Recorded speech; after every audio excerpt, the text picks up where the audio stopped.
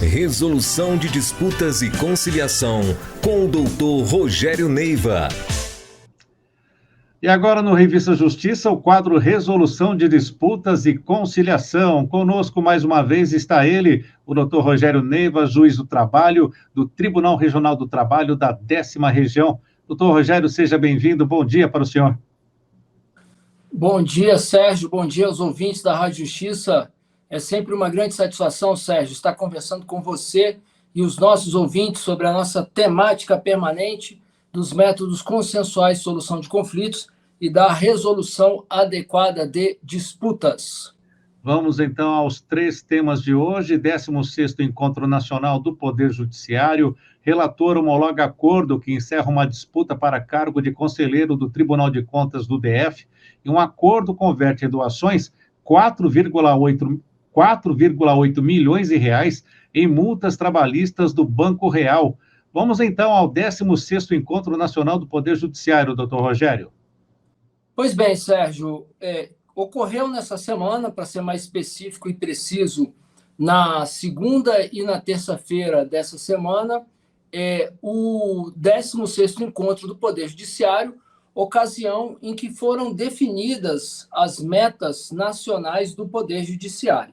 E no que nos interessa, foi estabelecida a meta 3, que tradicionalmente compõe um rol de metas firmadas pelo Conselho Nacional de Justiça nesse encontro nacional. E só para esclarecer o ouvinte, existe todo um processo e uma dinâmica observada para o estabelecimento dessas metas. Inclusive, e é bom chamar a atenção aqui do nosso ouvinte, com a realização prévia de audiências públicas em todos os segmentos do Poder Judiciário, e nas quais são oportunizadas que a população se manifeste. Então, é bom os nossos ouvintes terem consciência disso, na medida em que considerem essa possibilidade de estar participando ativamente no funcionamento do nosso sistema de justiça.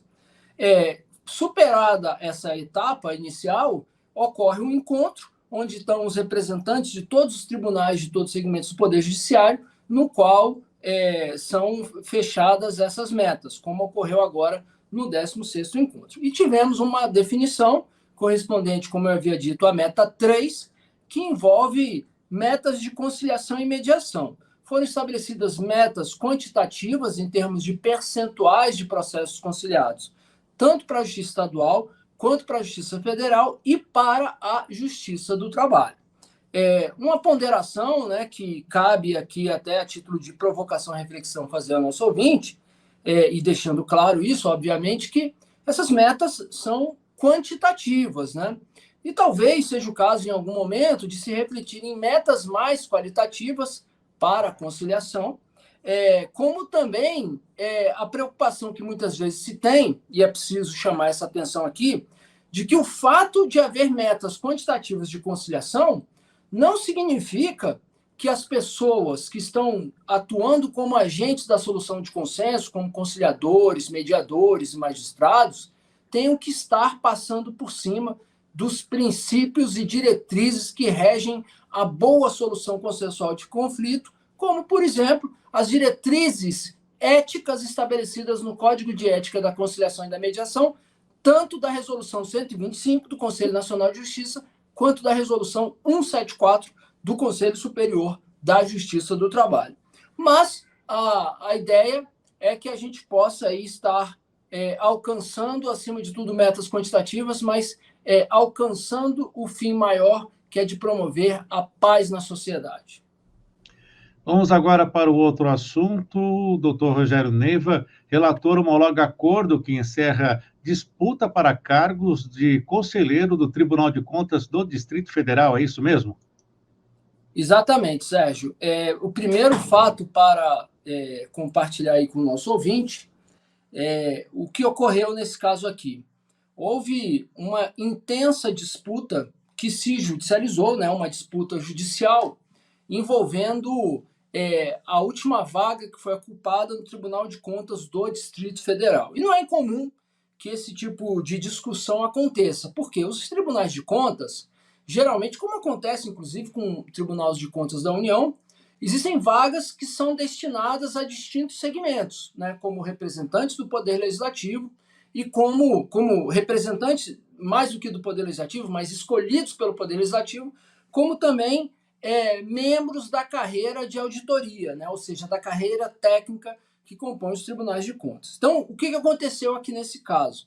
Houve um questionamento ao conselheiro, né, que foi o último conselheiro que foi indicado, né, que, inclusive, eu posso dizer que fui testemunha, né, assim, tive uma boa relação quando fui juiz que cuidava de precatórios no TRT da 10ª Região, com o hoje conselheiro do Tribunal de Contas do Distrito Federal, André Clemente, que à época era o subsecretário de Fazenda do Distrito Federal e depois se tornou secretário de Fazenda, ou seja, o conselheiro André Clemente fez uma bela trajetória nessa área de gestor das finanças do Distrito Federal, vindo da carreira da fiscalização tributária do Distrito Federal, e foi indicado pelo Poder Legislativo a ocupar essa última vaga, o que suscitou uma impugnação por parte da associação que representa os membros da carreira técnica dos tribunais de contas. Enfim, e aí esse foi o debate que se judicializou.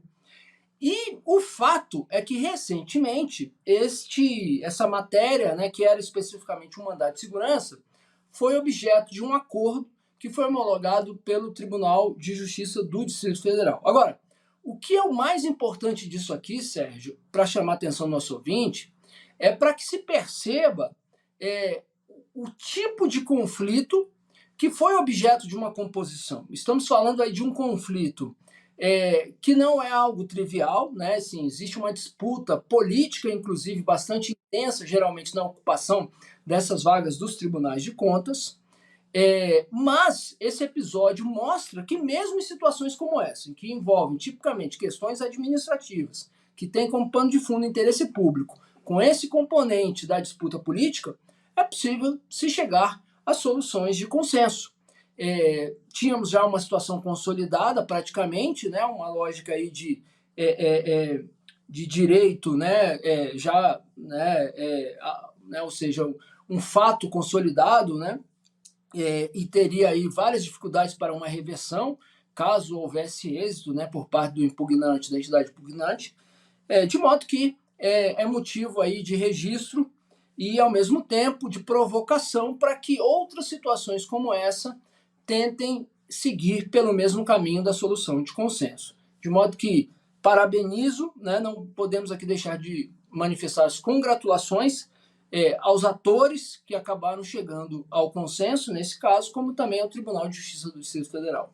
Muito bem, doutor Rogério Neiva, vamos para o último assunto. Um acordo converte em doações 4,8 milhões de reais em multas trabalhistas do extinto Banco Real. O senhor teve conta desse banco? Eu tive, fui um funcionário do Grupo Banco Real na época da Rádio Transamérica.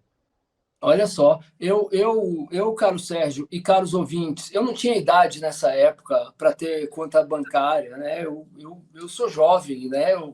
Enfim, nessa época eu acho que eu não tinha nem condição de ser emancipado pelos meus pais, né? Então, enfim, não sou dessa época. Mas, enfim. Vamos ao fato, então. Brincadeiras à parte, né? O fato é que, né, eu acompanhei, né, o movimento que houve com grandes repercussões na área trabalhista de aquisições de bancos, né, que houve durante um dado momento, né, do governo Fernando Henrique, né? E esse episódio aqui é um dos desdobramentos, né, desse movimento que ocorreu, né, de aquisições na área bancária. O que aconteceu aqui no caso? Em 1997, foi ajuizada uma ação civil pública pelo Ministério Público do Trabalho, no âmbito do Tribunal Regional do Trabalho da 4ª Região, que atua no Rio Grande do Sul, em face do antigo Banco Real, posteriormente adquirido pelo Santander. Então, o primeiro ponto importante para chamar a atenção do ouvinte é que nós estamos falando de uma ação civil pública ajuizada em 1997.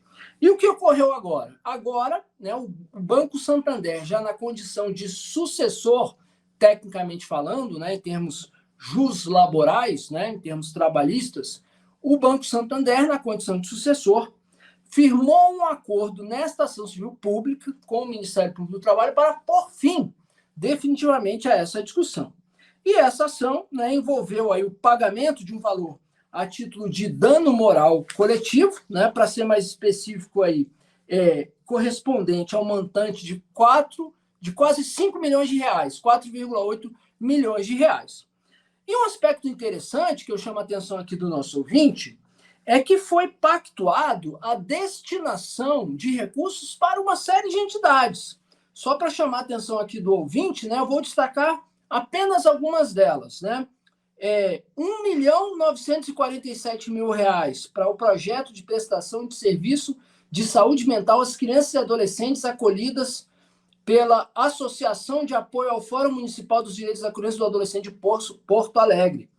R$ 500 mil, meio milhão de reais, para a finalização da obra do pavilhão da sede da Associação de Pais e Amigos dos Autistas de Cachoeirinha.